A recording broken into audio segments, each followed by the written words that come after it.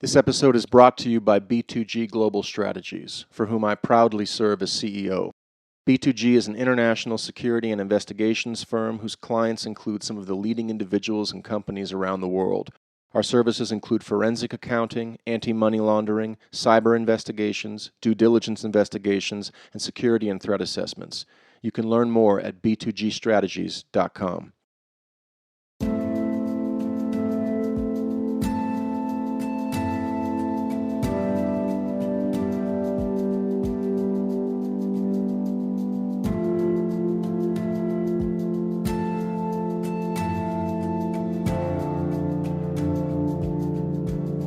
For those unfamiliar with the MacDonald case, what I am about to tell you will be surprising, perhaps even shocking. For those familiar with the case, I expect a response more along the lines of, "What on earth took you so long?" I'm Matthew Craig Kelly. Welcome back to The Looking Glass. And the wheel of destiny has turned. The survival of peace and freedom will be determined by whether the American people have the moral standard. 5-4. The great silent majority. Castle. Drive. Dustin Morgan composed the music and sound design for this episode. Our cast this episode features Joshua Hensley as Colonel Warren Rock, Shano Alexander as Specialist Kenneth Mica, Stephen Kavner as Bernard Siegel, Randall Dudley as Captain Clifford Sommers, Michael Hensley as Captain Hammond Beale, David Noel as Wade Smith, Stephen Klein as Judge Franklin Dupree, Stephen Bolden as Detective Prince Beasley, Matt Sharp as William Posey, and Megan Heller as Helena Stokely. We would again like to thank Shoshana Pearson for connecting us with several of these brilliant actors. You can follow us on Facebook at The Looking Glass True Crime Podcast and on Instagram at @TheLookingGlass_podcast. We will be posting Season 1 related documents, photographs, and short essays regularly at both of these accounts. If you enjoy the podcast, please tell your friends. We appreciate your support.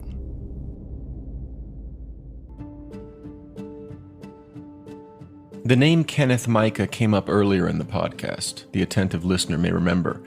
Mica was one of the MPs who arrived at the MacDonalds residence on the morning of February 17, 1970, and discovered the slaughter there.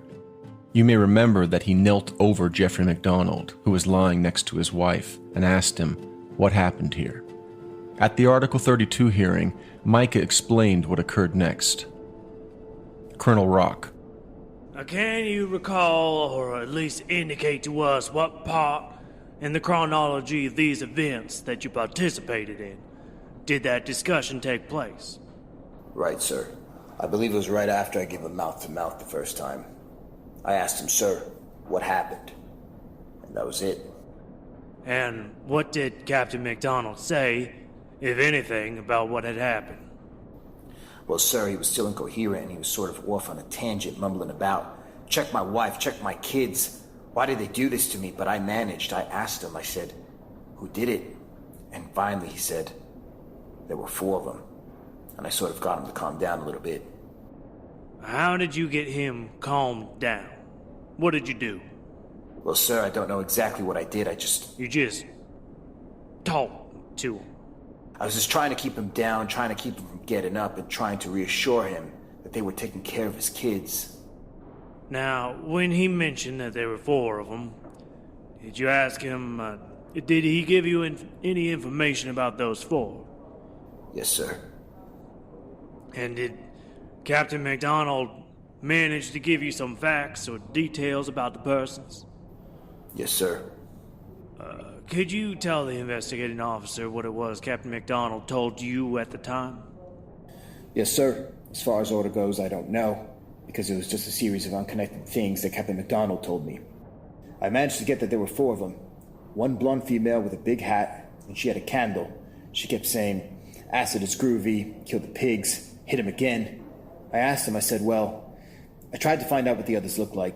He said, 3 men and 1 woman, 1 Negro. He said, "I think I hit them. I think I scratched them." And then again, he would be off on a tangent. Asking about his wife and children. Yes, asking about his wife and children, asking, why did they do this? Now, were you able to get any other additional descriptive facts from other than the ones that you have now told us? No, sir. Just that there were 4 persons, one female blonde with a big hat carrying a candle, and also mentioning something about muddy boots. Muddy boots. Yes, sir. Now, are you saying that he was indicating, in a fashion of speaking, that one of these persons was wearing muddy boots? Yes, sir. And a female. Did he give any description of the type of hat she was wearing to you at that time? I believe he described it as a floppy hat. And did he indicate anything more about the candle that she was carrying, whether it was lit or not? No, sir, not that I remember. As it turned out, Mica had, at the request of his superiors, omitted a key detail from his Article 32 testimony, and this omission haunted Mica to the point that he felt he had to make it right. In defiance of his superiors, Mica therefore approached MacDonald's defense team to tell them that, en route to the crime scene on the morning of the murders, he had seen a woman matching MacDonald's description of his female assailant. With Mica's belated revelation now in hand, Bernard Siegel put the young MP back on the stand. So, aside from the existence of the various houses and buildings, did you see any people between the period of time when you received the radio message and when you arrived at 544 Castle Drive? Yes, sir. Would you tell the investigating officer approximately what location you observed the person? Sir, I observed the person on the corner of Honeycutt Road in North Lucas. And when did you observe that person in regard to the radio message that you received? We observed the person as we were responding to the message. It was after we received the message. And you were on your way to 544 Castle Drive? Yes, sir. What sex was this person that you observed? Female.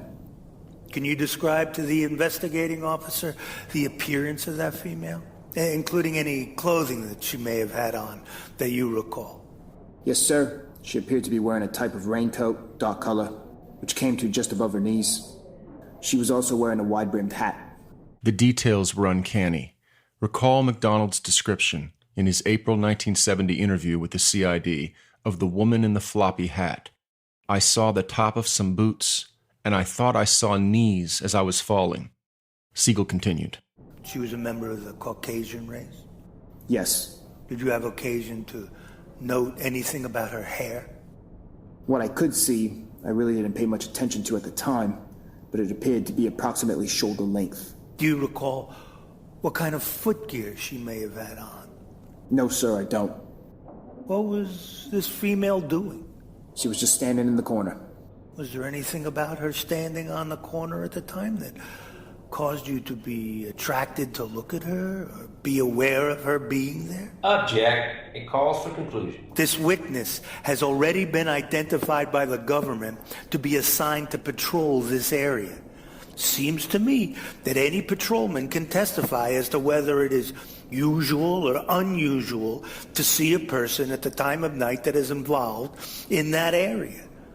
It doesn't necessarily mean that the investigating officer can give any weight to it, but he ought to know whether at least the patrol officer thinks this is something common or uncommon in their experience in that area. Then the question should have been phrased that way. That's not the way it was phrased. The objection is sustained. I think you can rephrase your question, Mr. Siegel, and get the results.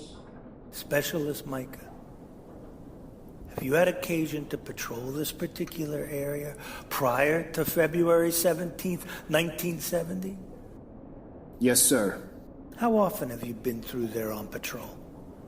I'd say at least 15 or 20 times. And have you had occasion to be in this area on patrol in the early morning hours? Yes, sir. Do you often observe females standing on the corner of the street at that time of the night in that particular area? Object, unless he wants to define often. The witness can describe it, sir. If he's allowed to answer the question, you will find out. The witness has already indicated the basis of his experience, and you will then find out, has he ever seen anyone there before? The objection is overruled. What is your answer, Mr. Mica? No, sir. It is not usual. Have you ever seen, in your experience, a young female standing on the corner at the approximate time of day while you were patrolling the area? Objection to the word young. The objection is overruled, Counselor. Yes, sir. I would say I have. Would you say you've seen such a thing happen on more than one or two occasions? No, sir. It's not very common. By the way, if you have not already done so, would you indicate to us approximately what age you believe the female to be that you observed standing there? Well, sir, I can't say for certain. I don't think she was an older lady. Did she appear to be more than 30 years of age? Less than 30, I would say. When MacDonald mentioned the woman in the floppy hat to Mica, Mica immediately thought of the woman with the wide-brimmed hat he had seen standing on the corner of Honeycutt and North Lucas, a half-mile from 544 Castle Drive, only minutes earlier. Specialist Mica, when Captain MacDonald described to you the female person who took part, who was part of the group that assaulted him, his wife, and children, did you make any connection between his statement or think there was any connection between his statement and the female you observed on the highway? Yes, sir. And what, if anything, did you do as the result of fitting those two pieces of information together? Well, sir, I turned around and Lieutenant Park and a few other MPs were behind me. I told Lieutenant Park at the time that I'd seen a female standing on the corner, and for them to send a patrol down to see if he could find her. Did Lieutenant Park indicate any response to the statement you made to him about the female you had seen? Well, sir, I didn't pay too much attention to what he did, but he was looking right at me when I told him. I know he heard it. Lieutenant Polk, during his testimony, denied hearing Mica's description of the woman. In any case, nobody went looking for her. Mica, it should be remembered, was under pressure during his testimony. Apart from easing his conscience, he was doing himself no favors and making himself no friends by testifying as he did. He did not know Jeffrey MacDonald. He did know his superiors, who had made it clear to him that he was not to volunteer any information about the woman he had seen. When Captain Somers got around to cross-examining Mica, his hostility towards the MP was palpable. These facts, along with Mica's abiding belief that Jeffrey MacDonald was guilty, are worth bearing in mind when we consider something Mica would, 28 years later, tell the A&E show American Justice during an episode titled Green Beret Murder Mystery. He never saw a woman alone at 3:30 in the morning. That was very unusual. And to find a woman standing in the middle of an intersection in a housing area was just totally unheard of. It never happened. I'd like to reread that for you. You never saw a woman alone at 3:30 in the morning. That was very unusual. And to find a woman standing in the middle of an intersection in a housing area was just totally unheard of. It never happened. It is worth pointing out that this claim differs slightly from the one Mica made during the Article 32, when he told Siegel that while it was unusual to see a woman standing on a street corner in that area at that time of the night, it was not totally unheard of. But Mica also told Siegel that when he saw the woman on the corner of Honeycutt and North Lucas, he commented to his partner, "What the heck is she doing standing here at this time of the morning?" The nearest thing to the woman were a gas station and commissary, but both were closed at that hour. It appears that we can say, conservatively, that spotting a woman in that area in the wee hours of the morning was uncommon. It was also raining that night, and not a weekend, which would presumably render this sight even more unusual. What, then, are we to make of the fact that not one, but two women were out and about in this residential area in the wee hours of this rainy weekday morning? Recall the testimony of Winnie and Edwin Casper that they heard a woman going by their window in the early morning hours of February 17th. What were the chances of that occurring at roughly the same time that another woman was standing on a nearby street corner? They would certainly appear to be diminishingly small. For that reason, I submit that the reasonable conclusion is that these weren't two women, but rather one. One woman, seen wearing a wide-brimmed hat over her long hair, and heard, in the company of male companions, only 500 feet from and heading in the direction of 544 Castle Drive. Near the beginning of Fatal Vision, Joe McGinnis writes of the atmosphere that night in February 1970. At least half a dozen times, the two-man patrol had driven past 544 Castle Drive and had neither seen nor heard anything out of the ordinary. On a Monday night in February, the combination of cold and rain apparently was enough to keep the streets almost deserted. Almost. But 3 different witnesses, all of them credible, did see or hear something out of the ordinary, and their descriptions matched Jeffrey MacDonald's, a woman with long hair and a wide-brimmed hat in the company of men. What were the chances? That is the question. By now, the listener already familiar with the MacDonald case is surely crying out, but what about Helena Stokely? I have left Helena to the side all this time because I regard her as a highly problematic and potentially unhelpful element of the case. Nevertheless, because she features in nearly all accounts of the MacDonald murders, I will deal with her here. It is worth noting at the start that Kenneth Mica is on the record stating that the woman he saw on Honeycutt and North Lucas was not Helena Stokely. Could he be mistaken? Sure.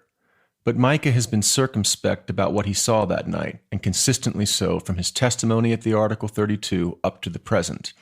So it is, at a minimum, interesting that he does not throw his hands up at the possibility that the woman in the wide-brimmed hat was Helena Stokely, but rather states unequivocally that it wasn't her. Be that as it may, it must be acknowledged that Stokely emerged as a person of interest in the murders almost immediately. Stokely was 17 years old in February 1970, and was well ensconced in Fayetteville's counterculture. She was a heavy drug user, but managed to stay mostly on the right side of the law by serving as an informant for the Fayetteville police. Her handler was one Prince Everett Beasley, a Fayetteville police detective and member of the city's interagency narcotics squad, which also included members of the Army CID, as Fayetteville's drug problem was not restricted by any means to the civilian population, but had bled heavily into the military population on Fort Bragg itself. Helena's father, incidentally, was a retired Army colonel. According to the sworn testimony he gave at MacDonald's 1979 trial, Detective Beasley first suspected Helena's involvement in the murders when he heard the descriptions of MacDonald's alleged assailants, which matched those of Stokely and some of her acquaintances. Stokely, Beasley testified, often wore a blonde wig and floppy hat, as well as boots. And among her friends was a black male who wore an army jacket with E6 sergeant stripes, just like MacDonald had described. Beasley also detailed how Helena gave him her floppy hat and blonde wig a few days after the crime, but ultimately reclaimed them and eventually, she said, burned them. Not long after the murders, she moved to Nashville. Beasley remained in touch with her, though. She would occasionally write him letters. At the 1979 trial, one of MacDonald's attorneys, the North Carolina native Wade Smith, asked Beasley about Helena's fondness for the term pig, the word someone had written, in blood, on the headboard of Jeffrey and Colette MacDonald's bed, and the word MacDonald claimed his female assailant had uttered repeatedly, "Acid is groovy, kill the pigs." Wade Smith. When she would write you letters, Mr. Beasley, would she ever use the word pig? Judge Dupree. Do you have the letters that she wrote you? Detective Prince Beasley. Your Honor, I had the letters. I say, have you got them with you? I don't have them now, no, sir. Go ahead. Do you ever recall that she used the word pig? That was one of Helena's favorite words, was pig. All of this sounds like solid evidence of Stokely's implication in the crime, an impression powerfully reinforced by Beasley's 1979 testimony regarding the conversation he had with Stokely on February 18th, 1970, one day after the murders. All right, Mr. Beasley, at this time, it would be the 18th of February? Yes, I believe it would. All right. Well, go ahead. What happened? I was driving an unmarked car, and I was dressed in dungarees and a leather jacket. I walked up behind the car, and I called her to me, and as I called her, she came towards me, and the other subjects in the car also came towards me. And she turned around and told them it would be all right to sit down. So I took her to my car and I asked her, had she heard about this incident at Fort Bragg? She said she had, and I said, well, Helena, according to the information we got, you and these people you're with fit the description that was given out. I said, now I'm going to ask you straight out. I know you know me. I want to ask you to tell me the truth. And she backed off and hung her head, and she says, in my mind, it seems I saw this thing happen. But she says I was heavy on mescaline and she would not commit herself any further. Set to the side for the moment Stokely's supposed implication that she saw, and was thus present for, the murder of the MacDonald family. If she was claiming not to know where she was on the night of the murders, only 24 hours after they occurred, this fact alone would constitute persuasive evidence of her involvement in the crime. Did anyone else in North Carolina not know on February 18th where they had been on February 17th? The problem, however, is that we have an earlier Beasley statement regarding the events of February 18th, 1970, and it contradicts his 1979 testimony. In March 1971, Beasley was in Nashville with a CID agent, attempting to induce Stokely to cooperate with the CID's reinvestigation into the murders. He interviewed Stokely and, in his notes from the interview, mentioned his February 18, 1970 conversation with her. And on the night of the MacDonald incident, I picked up Helena Stokely for questioning in reference to this, and I talked with her in reference to the case. And she was in a joyful mood and joked about her ice pick. I then told her that this was a serious situation and to act that way, well... And at this time, she did not state to me that she could not remember what happened on that night, and I don't believe the question came up. And she told me of several locations in the Fayetteville area that persons fitting the descriptions of the suspect lived. And these places were raided, and several of the suspects were picked up and questioned, and some of the most likely ones were turned over to the FBI for further investigation. Some students of the MacDonald case have seized on that ice pick reference as yet more evidence of Stokely's guilt. But note the more glaring fact about this Beasley statement, made not a decade, but only a year after the events of 1970. Stokely did not tell him she could not remember where she was on the evening of February 17th. In fact, the topic never came up. Wait, the topic of where Stokely had been the prior night never came up? Beasley's entire 1979 account about his activities on February 18th was premised on his hearing the description of the intruders, thinking that they sounded like Helena and her friends, and then staking out Helena's house until she returned so that he could quiz her on her whereabouts on the previous evening. How are we to reconcile any of that with the disclosure that Beasley, when he finally got a hold of Helena, neglected to ask her where she'd been the previous night?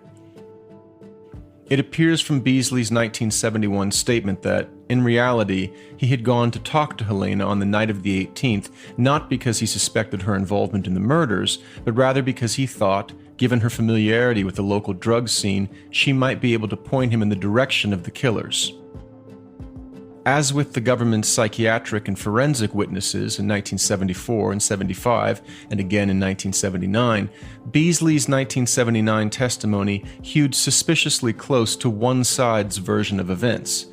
The fact that his earliest recorded statement on the Stokely matter flatly contradicted his later testimony on such a critical detail suggests that, as so often happens with humans, Beasley's memories were being reshaped according to a narrative he had come to accept as true.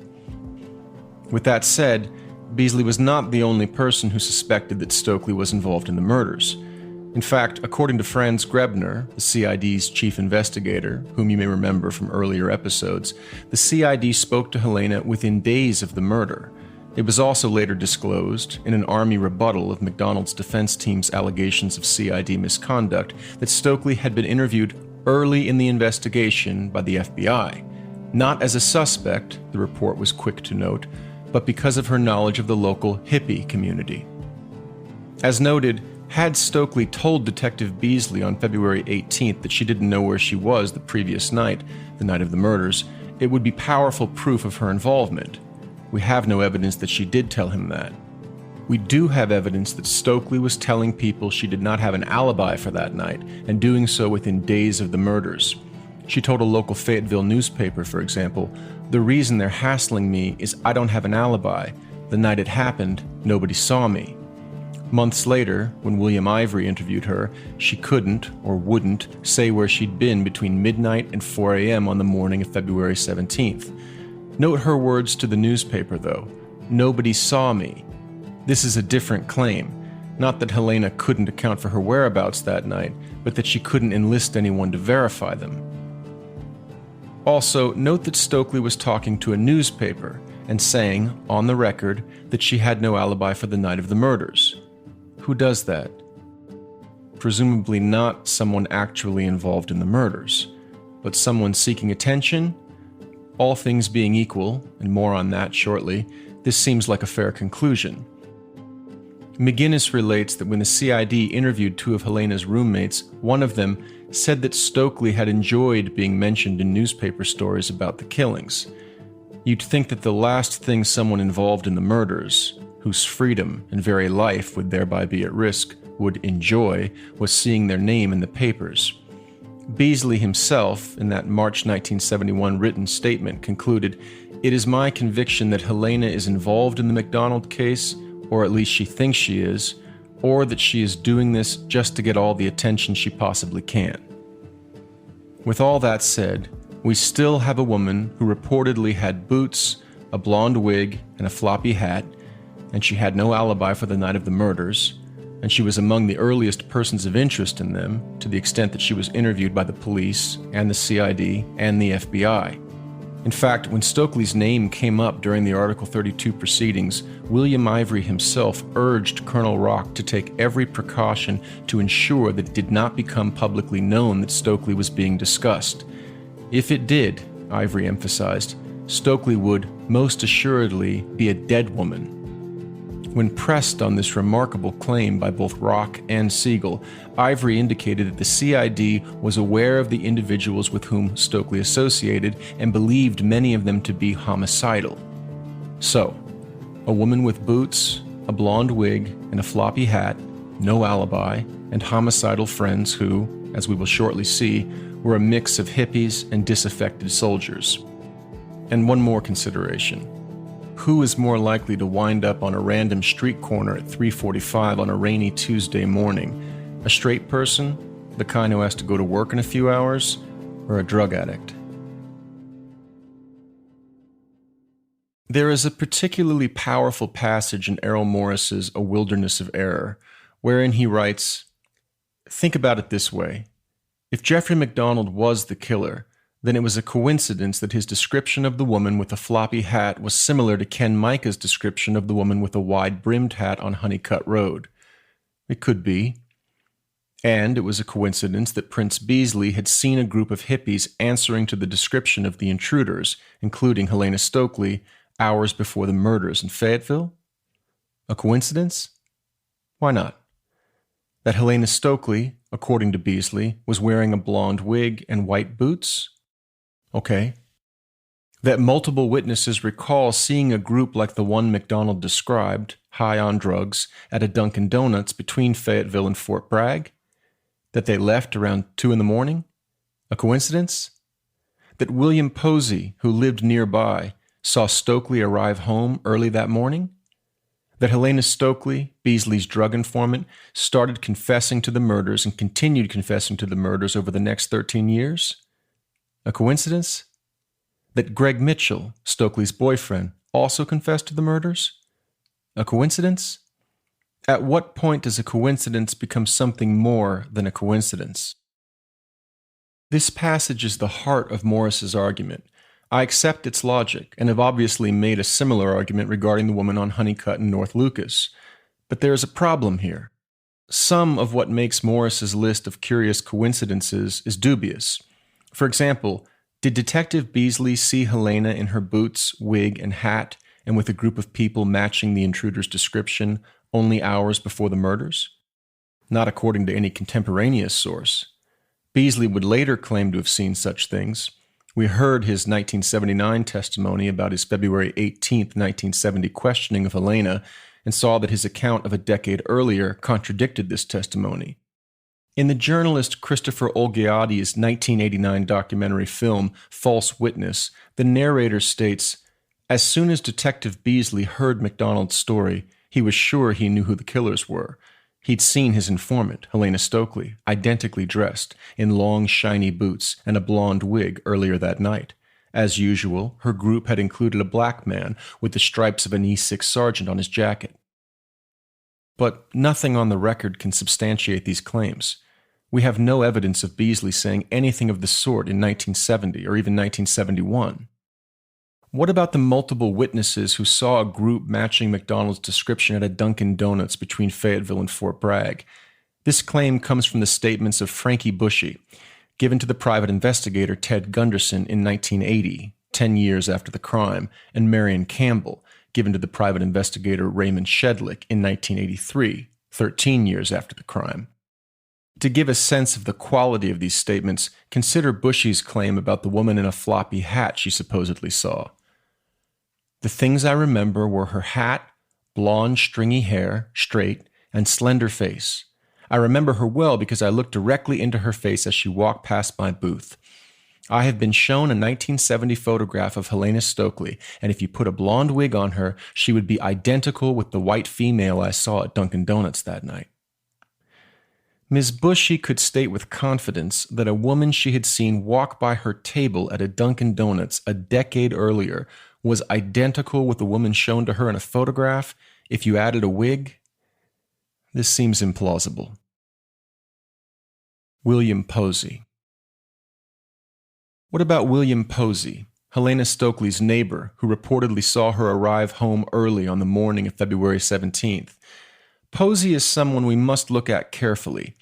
He originally approached MacDonald's defense team in August 1970, while the Article 32 was in progress.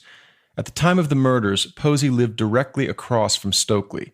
His residence was only 15 or 20 feet from hers, he estimated. He told MacDonald's defense team several things of interest.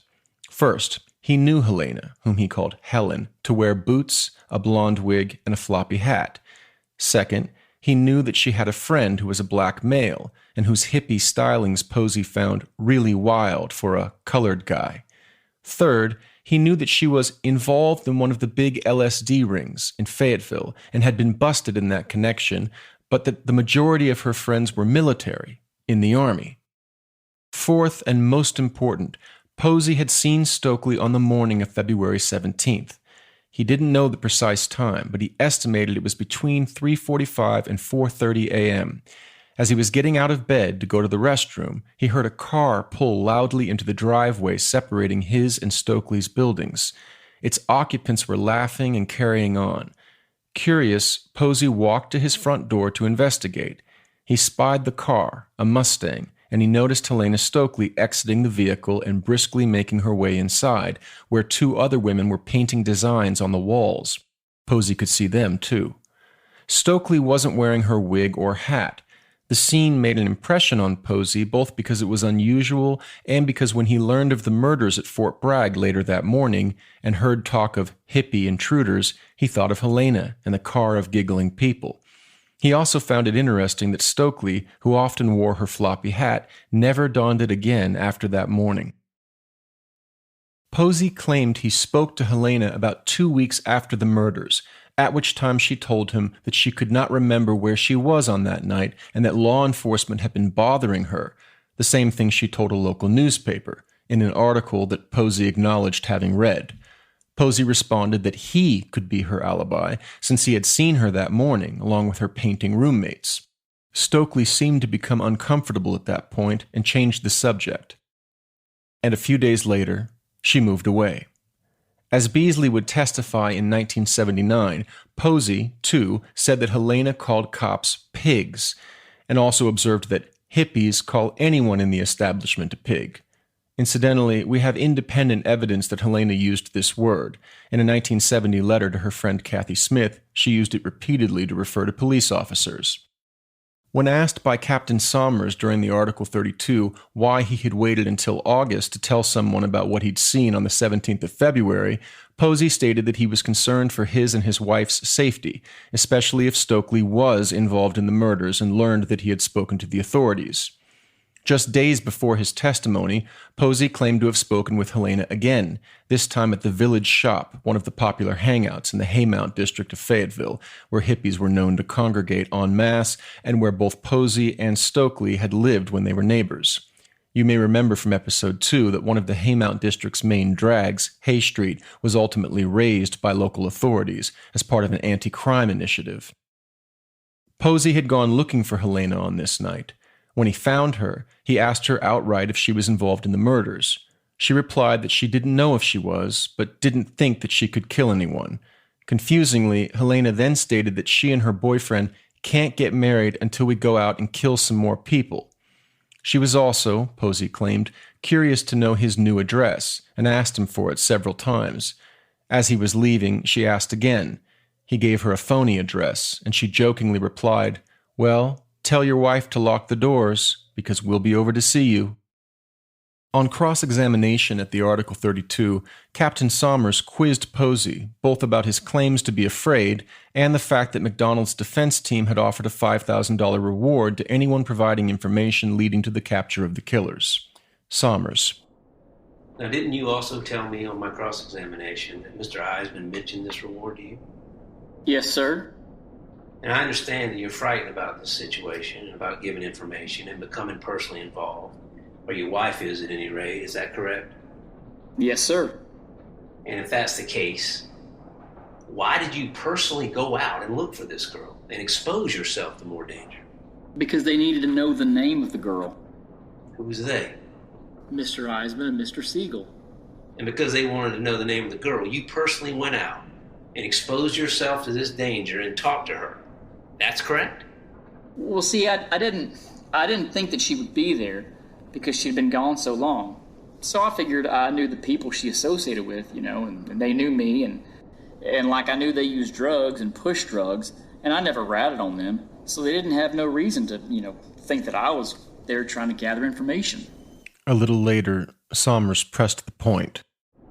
Despite this danger that you're talking about, you took it on yourself, once you saw this girl, to go and speak to her and interrogate her about the MacDonald case. Is that correct? See, I didn't just walk up to her and start talking to her about the MacDonald case. I understand that, but you did, in fact, interrogate her about the MacDonald case, didn't you? Well, yes.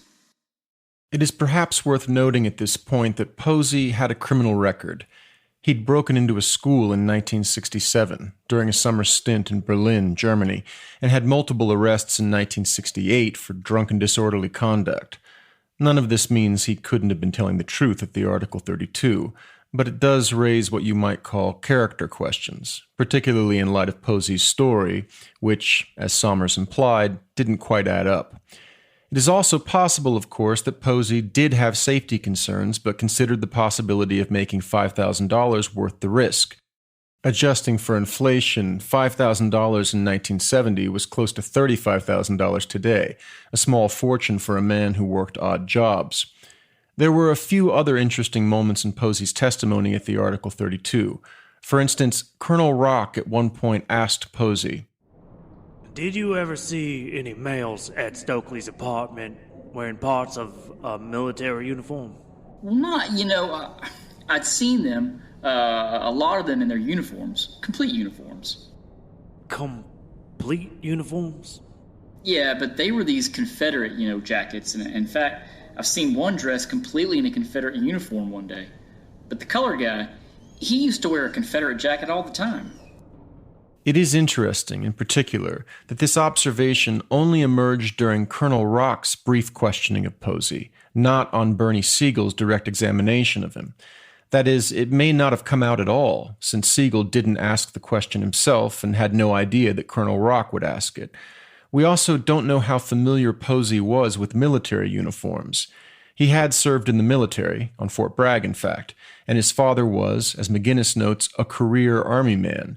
Some Confederate jackets did feature sergeant stripes, like those MacDonald claimed to have seen on the sleeve of his black assailant.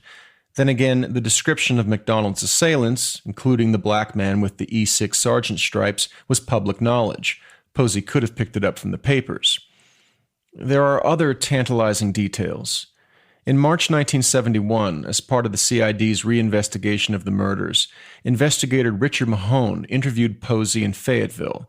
Posey had, by then, moved with his wife back to Alabama because, as he told Mahone, it wasn't safe for us to live in Fayetteville after I testified about Helen at Captain MacDonald's hearing. Posey reiterated his story about Helena and the Mustang and so forth. His statement was generally consistent with his Article 32 testimony, but some new details emerged. For example, Posey claimed that when he spoke to Helena that night at the village shop in the Haymount district, she said that somebody, some guy, but I don't recall if she mentioned a name or not, had ridden a child's hobby horse in the hallway of Captain MacDonald's house. And there was more. She said that some part of the hobby horse had gotten broken. She sometimes talked like she'd really been at Captain MacDonald's house. Other times she acted like she hadn't. She really confused me. While I was talking to her, I mentioned that the newspapers had said that an MP had seen a girl on a street corner about 2 blocks from MacDonald's house on the morning of the murders. Helen said that was true, and I remembered that she mentioned the name of the street that the girl had been on. I don't know the name of the street now, but I know it wasn't too far from MacDonald's house because Mr. Eisman, Captain MacDonald's lawyer, told me that later. It is obviously noteworthy that Posey had neglected to mention several of these details during his testimony 7 months earlier, particularly the bit about Stokely insinuating that she had been in the MacDonald's home and that somebody had ridden a broken hobby horse. In June 1971, Posey submitted to a polygraph examination in connection with his Article 32 testimony and subsequent statement to the CID. The results indicated deception on key claims, and Posey subsequently admitted to certain untruths. He had stated, for example, that his residence was broken into shortly after his Article 32 testimony, possibly in connection with his testimony and at the behest of Helena Stokely. This was untrue, he now admitted. More to the point, he claimed that elements of his story about the morning of the 17th were inaccurate. Namely, he was not certain it had been the morning of the 17th when he'd seen Stokely, and he was not sure that the car that had screeched into the driveway was a Mustang, and he had not actually seen Stokely exit the car, but had rather only seen her walking away from the car and toward the apartment. It appears that Posey was dramatizing his role in the investigation a bit by suggesting he had fled Fayetteville under threat, so important had his testimony been. On the other hand, he retracted nothing critical about his testimony regarding seeing Stokely, other than his claim about the date he had seen her. But he also specified that he had formed the opinion that he had seen her on February 17th, about a week after that date, which suggests that he may well have been right, even if he could not be certain. Stokely herself claimed to have returned home at around the time Posey had seen her, and said also that she had been in a blue Mustang. And there were 2 other critical details. Posey claimed, as you will remember, to have seen Helena's roommates painting. This is multiply attested. Stokely herself, in a private letter to her friend Kathy Smith, wrote regarding the night of February 16th and 17th, 1970. I know I did mescaline that night and borrowed somebody's blue Mustang. All I remember is I took off and came back about 4:30 and found you and Diane painting those things all over the apartment. So they were painting in the apartment. Posey was telling the truth. The painting was also attested to by Kathy Smith herself, whom the CID interviewed in May 1971 as part of their reinvestigation into the murders. Smith told investigators that she returned to the apartment she shared with Stokely and several others at around 3:30 a.m. on February 17th. When we got back, Diane Hedden and Dawn Harris were there painting the apartment. About 1 hour later, Helena and Greg Mitchell arrived. This bolsters Posey's credibility and makes it fair to assume that he was telling the truth about what he saw that morning and was right about the date. It was the morning of the 17th, and Helena, even if Posey did not actually see her exit the vehicle, had exited it and, in all likelihood, walked briskly back into her apartment. Posey could not see the vehicle's other occupants, but he could tell by their laughing voices that there was more than one and that they were men. A woman and a few men laughing in the early morning hours of February 17th. One cannot help but note the parallel between this description and that offered by the Caspers at the Article 32 regarding the voices outside their window that morning. Stokely's apartment at 1106 Clark Street was about 10 miles from 544 Castle Drive, a 20-minute drive. How many groups of giggling men and one woman were out that rainy Tuesday morning between 3:30 and 4:30 a.m.? I wouldn't pretend to know the answer, but the question is still worth asking. I mentioned two critical details from Posey's statements about the night of the murders. The first was the people painting in Stokely's apartment. The second was the hobby horse Posey claimed Stokely had mentioned to him. At this point, it is worth pausing to tell the listener something. Helena Stokely spoke to many people over many years regarding her involvement, or non-involvement, or maybe involvement, in the murders. The inconsistencies between her various accounts are numerous. She named people who were supposedly involved in the crime that could not have been. It goes on and on. Stokely, by herself, is very hard to take seriously. By the early 1980s, she was again in a confessing mood, claiming to have been involved. The interested listener can look up one such confession on YouTube by typing into the search bar, Ted Gunderson interview with Helena Stokely. I tell you this in order to make clear which statements of Helena's I have elected to examine, namely those that are either multiply attested or that, at a minimum, intersect with the statements of more credible third parties, such as Kathy Smith and William Posey. Returning to the latter, Posey claimed in 1971 that Stokely had mentioned a broken hobby horse to him, which she suggested someone had attempted to ride, as it were, in the MacDonalds' residence on the night of the murders. Stokely herself, who we have no reason to believe knew about Posey's 1971 interview with the CID, in which he mentioned the hobby horse, said something similar when she testified at the 1979 trial, where she was, to the defense's dismay, not in a confessing mood. The hobby horse. As we noted in Episode 6, MacDonald's defense was fatally compromised by the hostility of the judge who presided over the case, Franklin Dupree, who forbid exculpatory psychological testimony, permitted specious forensic testimony, and made his disdain for MacDonald's lead defense attorney crystal clear to all in attendance, including, critically, the jurors. But it was actually worse than all that. Siegel had lined up 7 different witnesses to testify that Helena Stokely had confessed her participation in the murders to them. So while Helena herself turned hostile witness on the stand, the testimony of these witnesses would likely have been devastating to the prosecution.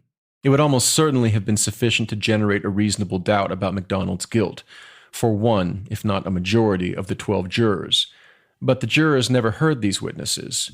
Dupree ruled their testimony inadmissible. Stokely herself did testify in the presence of the jury, but proved largely useless, if not harmful, to the defense, because she denied involvement in the murders. This was an unwelcome surprise to Bernie Siegel, who had sat with Helena and Jean Zalou, one of the persons to whom she had confessed, only the day before. Siegel. Let me hand the group of photos back to you again, Miss Stokely. Do you recall, just as you are now, sitting on the stand, looking at those photos? Do you recall staring at those photos at some length when Jane Zalou was sitting just about next to you in that room in this building? I mentioned something about the rocking horse. Yes, all right. Will you tell us about that rocking horse? What you recall saying about it? I made some comment about it being broken or something. Does the picture show anything about a broken rocking horse?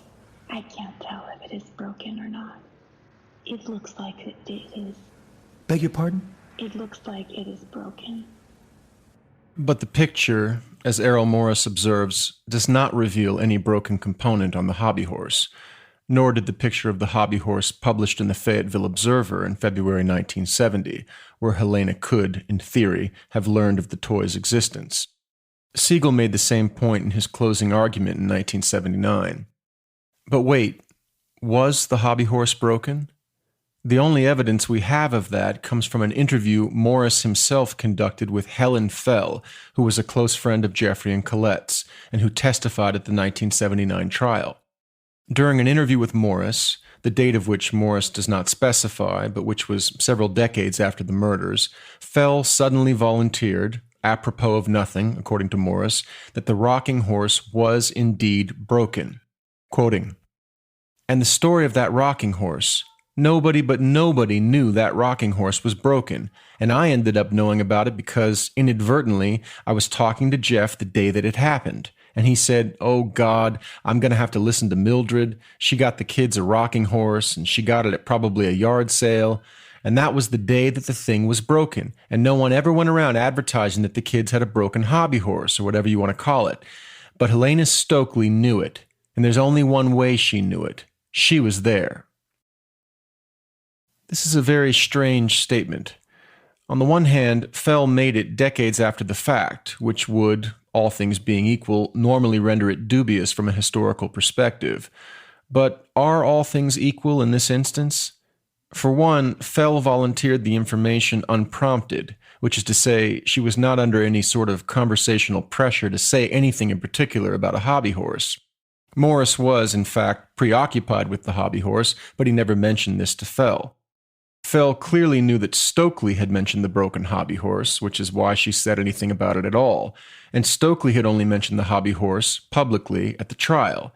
Then again, if Fell knew about the broken hobby horse back in 1979 and could testify to the fact that MacDonald had told her about it all the way back in 1969-70, why didn't she make this known to the defense and then take the stand to get this critical fact into the court record? She believed, and believes, in MacDonald's innocence, after all, and her testimony regarding the broken hobby horse would certainly have rendered an otherwise obscure detail of Stokely's testimony much more salient for the jurors.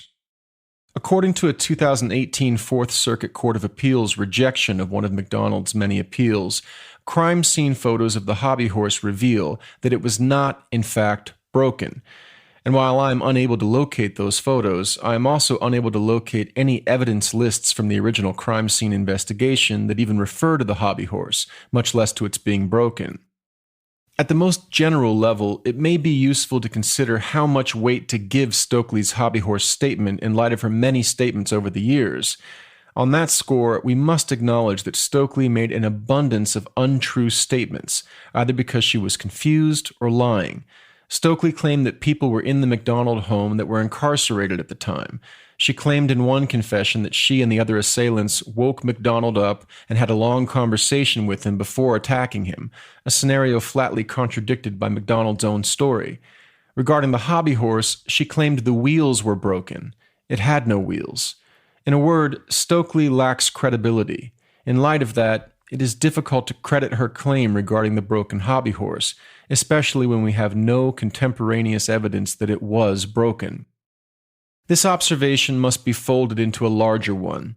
As with any purported witness to a crime, the most reliable means of verifying their presence at the crime scene is to determine whether they are in possession of information that only investigators know, information never disclosed to the press or media, and thereby to the public.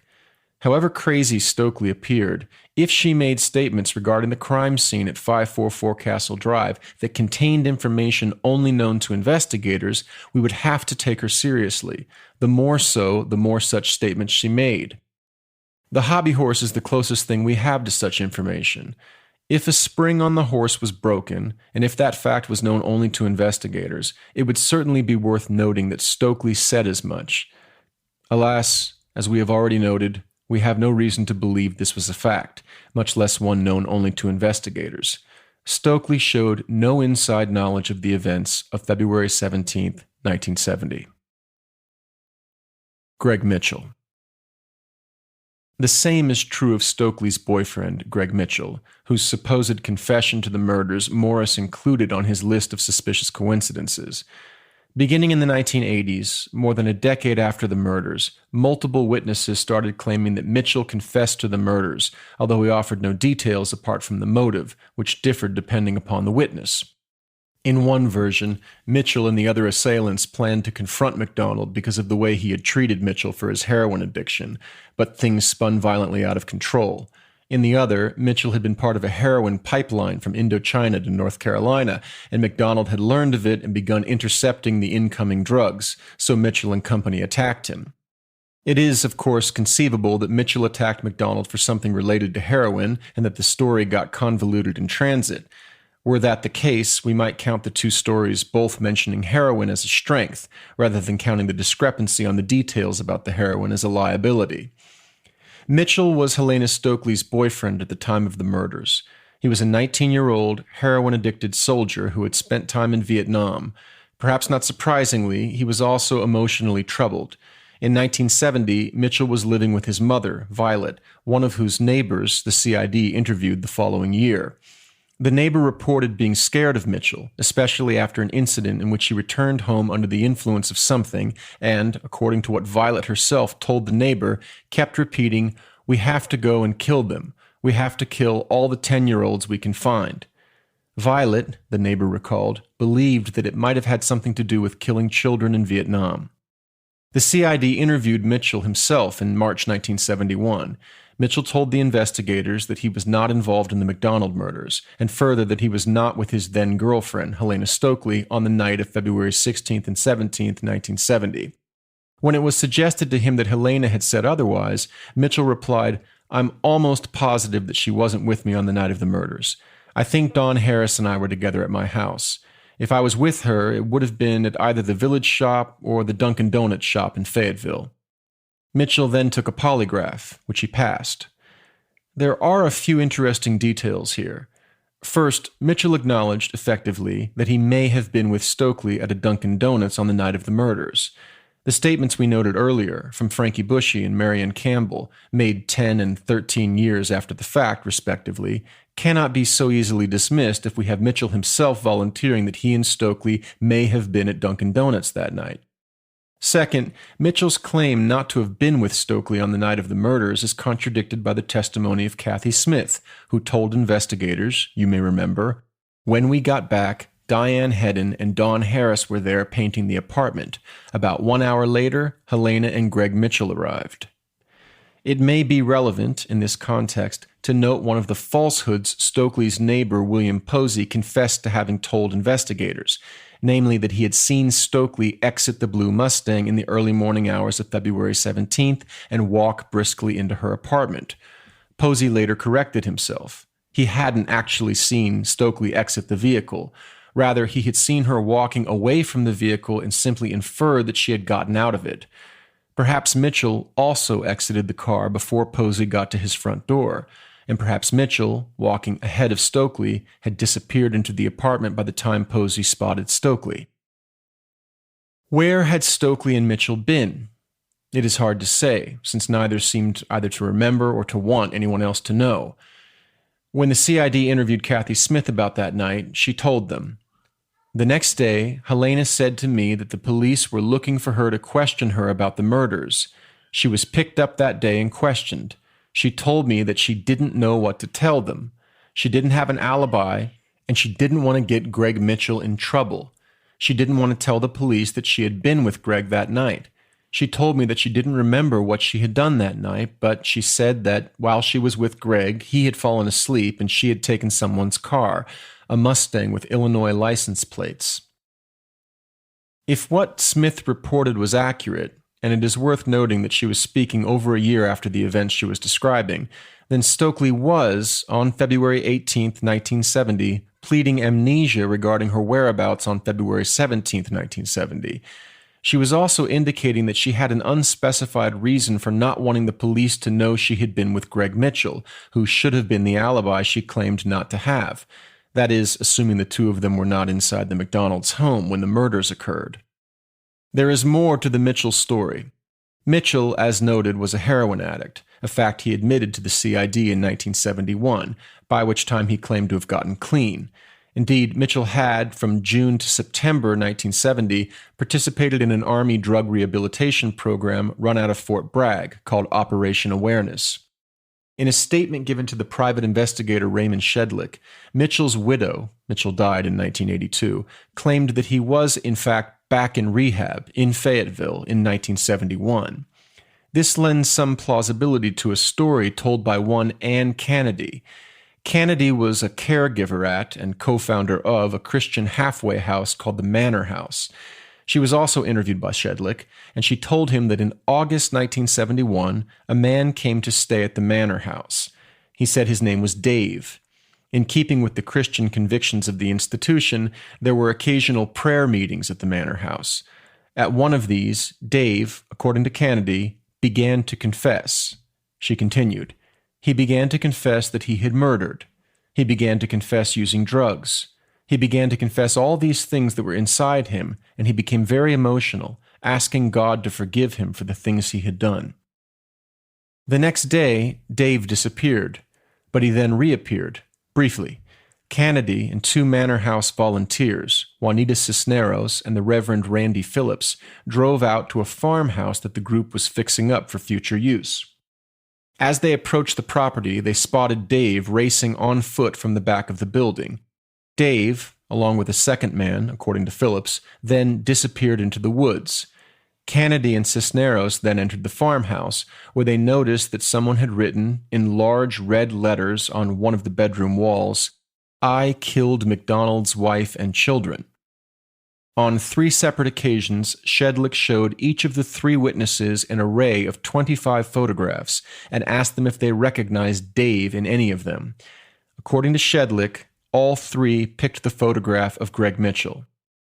Shedlick's interviews with these witnesses took place in 1983, 12 years after the supposed incident at the Manor House.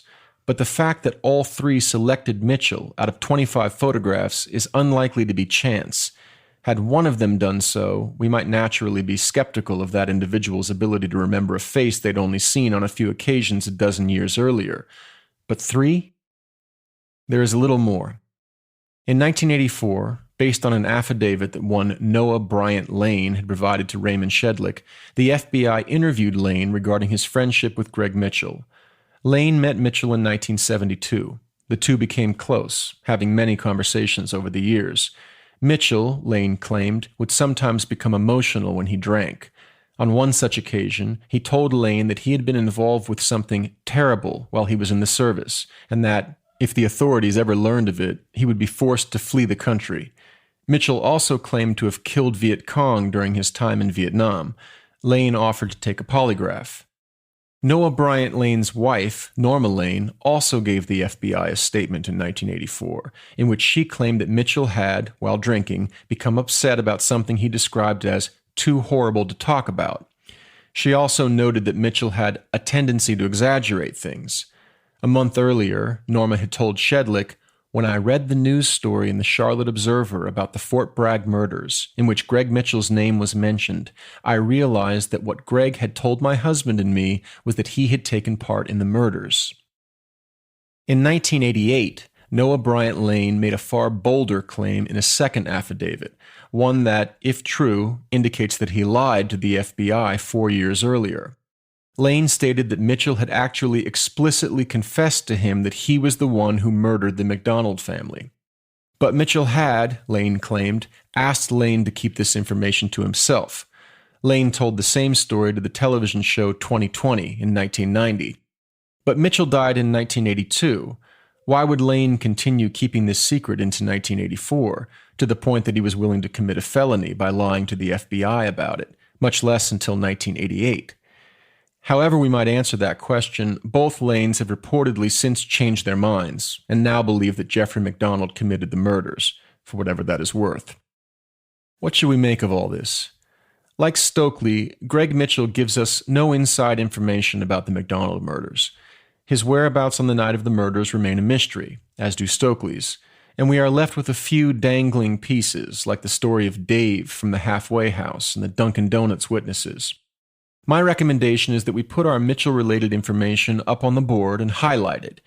If this information can be coherently brought together with all of our other information, in a manner that most makes sense, it may prove vital to our conclusions. If not, we have to live with the fact that every historian and criminal investigator knows well. In complex cases, there are always danglers, bits of anomalous information that sit uncomfortably within the broader informational picture. but which are insufficient to cause us to fundamentally redraw that picture.